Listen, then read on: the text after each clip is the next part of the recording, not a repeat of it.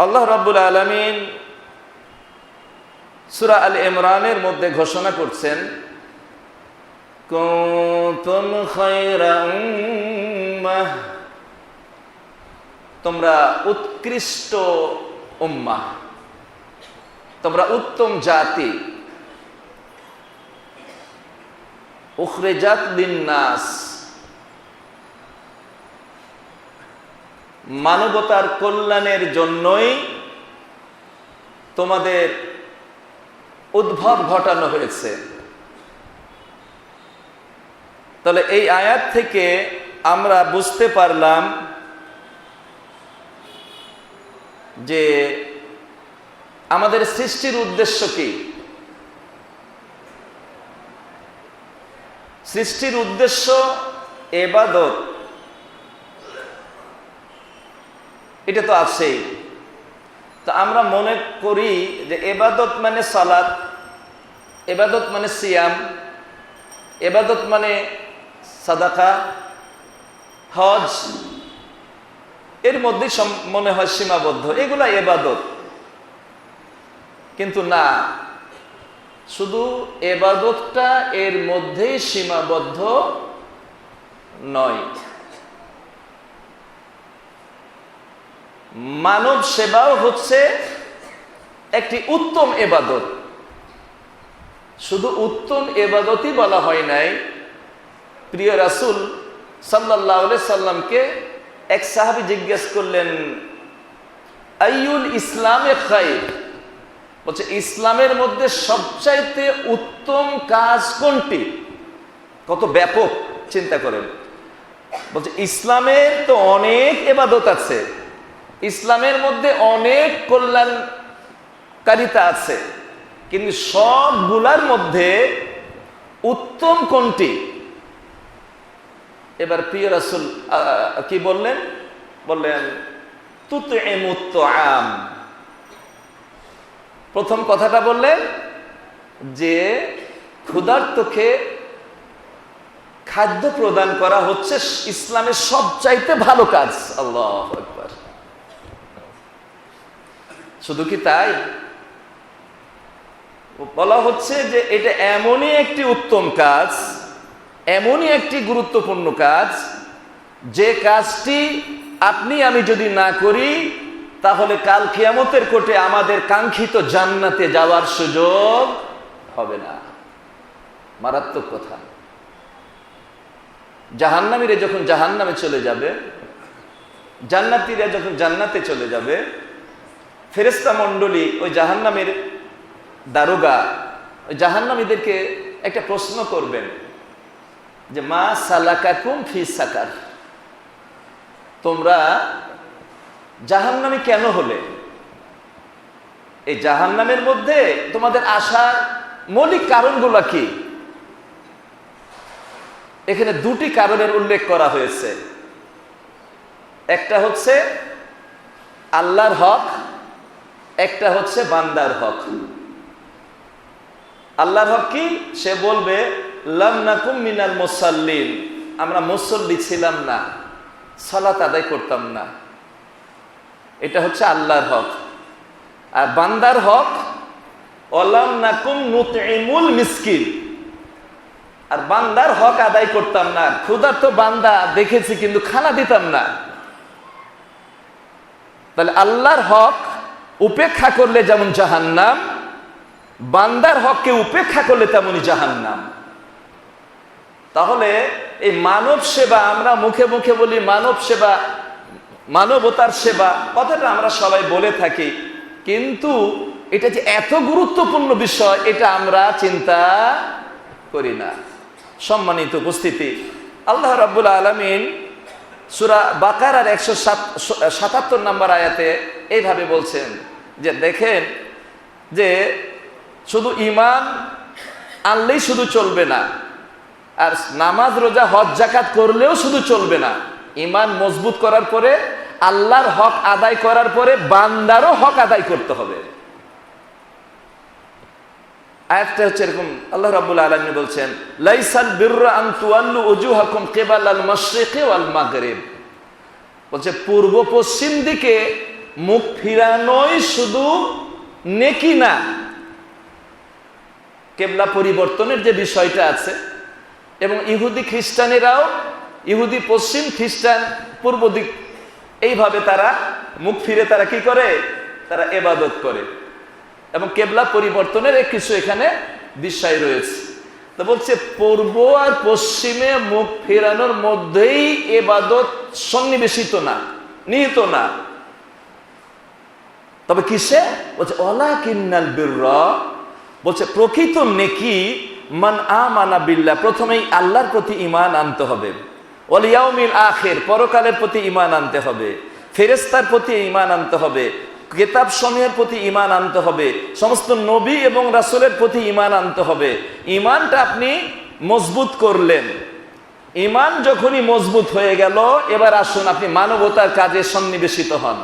মানবতার কাজে আপনাকে মনোনিবেশ করতে হবে, মানবতার মানবতার পাশে এসে আপনাকে দাঁড়াতে হবে। এটাই হচ্ছে ইসলাম। সেই মর্মে কি বলছে? ও আতাল মাল আলা হুব্বিহি দাবিল কুরবা, যে তারা ঈমানকে মজবুত করার পরে যে কাজটা করবে সেটা হচ্ছে আল্লাহর ভালোবাসায় তারা নিকট আত্মীয়দেরকে মাল প্রদান করবে।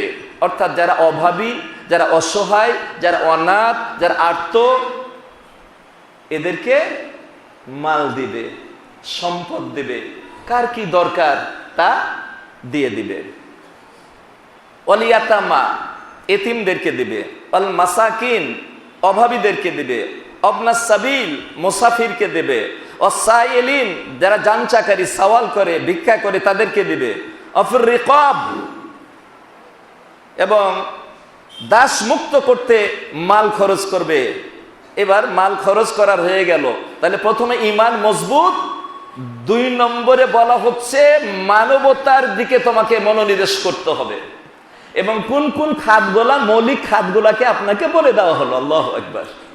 এবার 3 নম্বরে এসে কি বলা হচ্ছে দেখেন, যে ও আকামাস সালাহ, সালাত কায়েম করতে হবে। দেখেন আল্লাহর হকের, সালাতটা হচ্ছে কি আল্লাহর হক, আর তার আগে যেগুলা বললাম এটা হচ্ছে কি বান্দার হক, মানবতা, মানব সেবা। তো আল্লাহর হকের আগে এখানে মানবতার সেবার কথা বলা হলো। কত গুরুত্বপূর্ণ! এটা কেন বলা হলো? যে আমরা আসলে এটাকে মনে করি এটা একটা ভালো কাজ, এ পর্যন্ত শেষ। কিন্তু এই ভালো কাজটা যদি ঠিক মতো আপনি আদায় না করেন, তাহলে নামাজ, রোজা, হজ, যাকাত করে আপনি জান্নাতে যেতে পারবেন না। এই জন্য এখানে এত বেশি গুরুত্ব দেওয়া হয়েছে।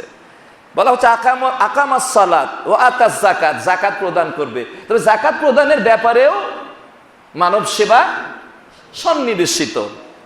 ওয়াল মুফুনা বিআহদিহিম ইদা আহাদু, এবং তারা যা অঙ্গীকার করে তা পূরণ করবে। ওয়াসসাবিরিনা ফিল বাসাই ওয়াদ-দাররাই ওয়া হিনাল বাস, তারা সুখে দুঃখে, বিপদে আপদে এবং যুদ্ধের ময়দানেও সবুর ইখতিয়ার করবে। এরপরে বলা হচ্ছে উলাইকাল্লাযীনা সাদাকু, এরাই হচ্ছে সত্যবাদী।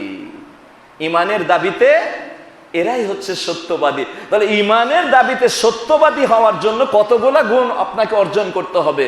প্রথমে ঈমান মজবুত, 2 নম্বরে মানবতার সেবা, আর 3 নম্বর আল্লাহর হক। এই 3টা গুণে মৌলিকভাবে আপনাকে গুণান্বিত হতে হবে। বলা হচ্ছে এরাই হচ্ছে সত্যবাদী, ঈমানের দাবিতে সত্যবাদী। ওয়া উলাইকা হুমুল মুত্তাকুন, আর এরাই হচ্ছে কি মুত্তাকি। তাহলে আমরা এই সংক্ষিপ্ত কথাতে আমরা বুঝতে পারলাম যে ইসলামে মানব সেবা, ইসলামে মানবতার সেবা কত গুরুত্বর দাবি রাখে এবং কত গুরুত্বপূর্ণ। শুধু কি তাই, এখানে বলা হচ্ছে দেখেন যে এই যে মানব সেবা, এটা যে কত বড় ইবাদত, এটা কত বড় গুরুত্বপূর্ণ বিষয়, এই হাদিসটাতে আমরা আরেকটু পরিষ্কার হয়ে যাব। সবচাইতে কঠিন কাজ এবং যেটা জীবন নিয়ে খেলা, আপনি জীবন নিয়ে যাবেন এমন একটা কাজ আছে ইসলামের, এমন একটা নেক আছে যে আপনি জীবনটা নিয়ে যাবেন, জীবনটা ফিরে আসতেও পারে, নাও পারে। আল্লাহু আকবার। তাহলে এটা সবচেয়ে গুরুত্বপূর্ণ কাজ না? অর্থাৎ জিহাদের ময়দানে যাওয়া, আল্লাহর জমিনে আল্লাহর কালিমাকে, আল্লাহর দ্বীনকে সুপ্রতিষ্ঠিত করার লক্ষ্যে সশস্ত্র জেহাদে যাওয়া। এখানে বলা হচ্ছে জেহাদের ময়দানে যাওয়া।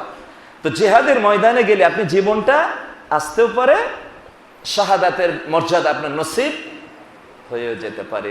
তো ইসলামে এটা ঝুঁকিপূর্ণ একটি নেক কাজ। সালাত আদায় করবেন, কোনো ঝুঁকি নাই। যাকাত দিবেন, কোনো ঝুঁকি নাই। সিয়াম পালন করবেন, কোনো ঝুঁকি নাই। কিন্তু জিহাদ জীবনের ঝুঁকি। কত বড় গুরুত্বপূর্ণ কাজ। তো যারা মানবতার সেবাতে আত্মনিয়োগ করে, আল্লাহ রাসূল বললেন যে এই জিহাদের সমতুল্য তাদেরকে নেকি দেওয়া হবে।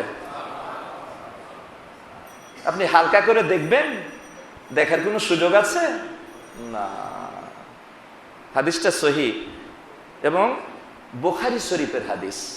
বলা হচ্ছে আস-সাই আলাল আরমিলাতে ওয়াল মিসকিনে কাল মুজাহিদি ফি সাবিলিল্লাহ। বলছে এই মানে বিধবা নারী, অসহায় নারী এবং মিসকিনদেরকে সাহায্য সহযোগিতা করা, তাদের সাহায্যে প্রচেষ্টিত হওয়া, তাদের মানে বেশি সময় ব্যয় করা, প্রচেষ্টা করা, কাল মুজাহিদি ফি সাবিলিল্লাহ, আল্লাহর রাস্তায় জিহাদ করার সমতুল্য। আল্লাহু আকবার। তারপরে রাবি বলছেন যে আমার মনে হয় যে এই কথাটাও রাসূল বলেছেন কি, কাল কায়েমে লা ইফতির, শুধু মুজাহিদের সমতুল্য নয়, যারা সালাত আদায় করে, বিশেষ করে তাহাজ্জুদের সালাত আদায় করে এবং সেখানে ক্লান্ত হয় না, বিরামহীন সালাত আদায় করে, এদের মতো তারা সব পাবে। এরপরের অংশে বলছে কাসসাইমে লা ইফতির, যারা লাগাতার সিয়াম পালন করে, একটার পর একটা রাখতে আছে, যারা আত্মমানবতার সেবায় নিজেকে নিয়োজিত করবে, আত্মনিয়োগ করবে, তারা ওই সায়েমদের সমতুল্য। তাহলে একটার মধ্যেই তো সব, একের ভিতরে সব যেন হয়ে যাচ্ছে। তাহলে আজকে থেকে আমরা এতটুকুন পরিষ্কার হলাম যে মানব সেবা এটা শুধু একটা মৌখিক বা এটা শুধু চিরাচরিত একটি কথার একটা বাক্য না, এটা শুধু নেতা নেত্রীদের কথা না, এটা আমার রাসূলের কথা, এটা আমার আল্লাহর কথা। এবং মানব সেবাতে যারা আত্মনিয়োগ করে, আলহামদুলিল্লাহ সুম্মা আলহামদুলিল্লাহ, তাদেরকে আল্লাহ রাব্বুল আলামিন বিপদে ফেলবেন না। কেন বিপদে ফেলবেন না? যারা মানবতার সেবায় নিজেকে আত্মনিয়োগ করবে, এদের ব্যাপারে প্রিয় রাসূল কি বলেছেন দেখেন। বলেছেন খায়রুন নাসে আনফাউহুম লিন্নাস, খায়রুন নাসে আনফাউহুম লিন্নাস। বলছে মানুষের মধ্যে সবচেয়ে উত্তম সে যে নিজেকে মানুষের কল্যাণে নিয়োজিত করে, মানুষকে কল্যাণ পৌঁছায়, মানুষের উপকারে, মানুষের প্রয়োজনে, যখন যা দরকার, মানুষের সুখে দুঃখে, ভালোতে মন্দতে, বিপদে আপদে। একজন মুসলিম বসে থাকতে পারবে না, ঝাঁপিয়ে পড়বে। কেন ঝাঁপিয়ে পড়বে? যে তার ঈমান তাকে ওইভাবে তৈরি করে।